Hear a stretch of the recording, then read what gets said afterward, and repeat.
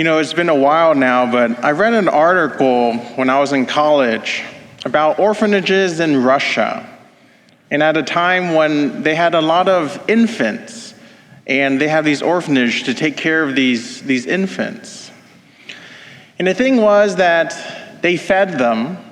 They gave them all the resources that the child would need to survive. But they realized the children would die, would pass. And one of the things they realized that without physical touch, the children would die. Without physical intimacy, they wouldn't learn how to bond. The same thing is true with all of us. In our lives, not only as infants, but in our lives, we need to be touched. Touch physically, yes, but not only that, touch emotionally, touch spiritually. Today, we celebrate the World Marriage Day. In a lot of ways, the marriage is one of the best examples for us. The sacraments in themselves are things given to us by Christ to exemplify his love to us in the world.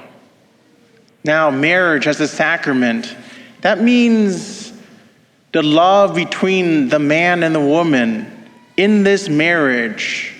Their love for each other will give each of us a glimpse of God's love to the world. That means your marriage, your love for each other gives a glimpse of God's love not only to your children, but to all of us in the community. And that's why, in some ways, we count on you. We count on your marriage. For it's each and every one of your marriages that makes up the church, all of us. But do you touch each other?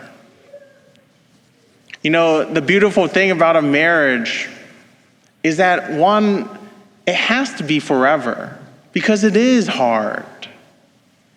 You learn to touch each other, yes, physically, intimately, but also do you let each other touch each other emotionally?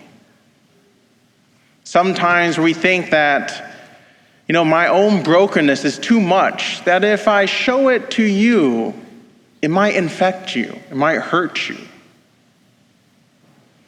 But in the marriage, it really is the commitment to each other that despite your flaws, despite your sinfulness, this person in front of you sees more than that. They love you despite it. And because of that, it causes each of you to grow in relationship with each other, and then also in love for each other. That is the beautiful thing about the marriage, is that it does give a glimpse of God's love to the world.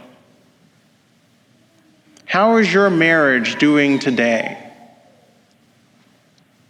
Is it strong? Or is it in need of help? Do you know?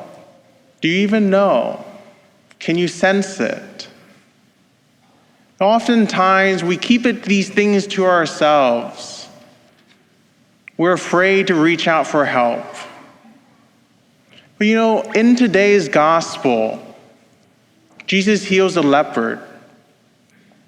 But leprosy back then, it was almost a curse, almost as if in the Old Testament, they showed that if you were unclean, then you had to say to other people around you that you were unclean. It was unsafe for you to go around others. But here, this leper, he comes up to Jesus, in some ways puts him in danger. Not only that, he trusts that if you willed it, you can make me clean. Each of us in our lives, we have our own brokenness, our own sins. But are we willing to reach out for help? Are we willing to reach out for healing? Not only that, do you trust that Christ can heal you. There's a reason why you're married within the church to your spouse, but also to God. Because we need God's help within our own lives, our own marriage. Not only that, to be an example of God's love to the world.